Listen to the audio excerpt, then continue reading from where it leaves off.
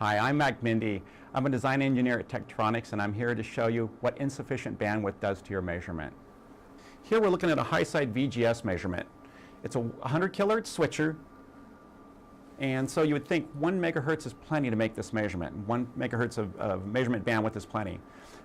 Looking at these edges, though, we're seeing 10 to 20 nanoseconds edge speeds, which would say I need, 30 megahertz of bandwidth. So let's look at this.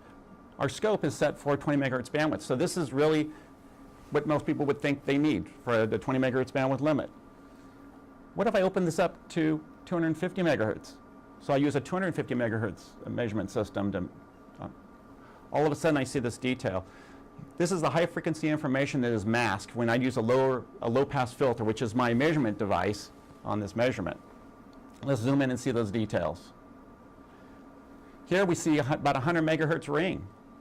And we see a hint of something else, but we don't have enough bandwidth yet to see the true measurement. So let's go to full bandwidth.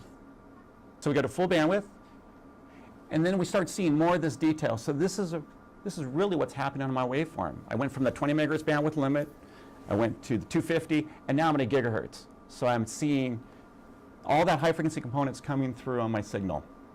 Let's go measure what this ring is. Now we have the ability to accurately measure that signal. So right here. So the cursor between those rings is about 543 megahertz. So with that 20 megahertz measurement system before, invisible. 250, I see a hint of something, but I don't know what it is. A 1 gigahertz system, I can actually get in there, see that it's a 500 megahertz ring on top of my 100 megahertz resonance, and allowing me to go through and figure out in my circuit, the devices, what's causing this, and tune it. After making these measurements, it's clear that we need sufficient bandwidth to accurately measure the high frequency components in my signal.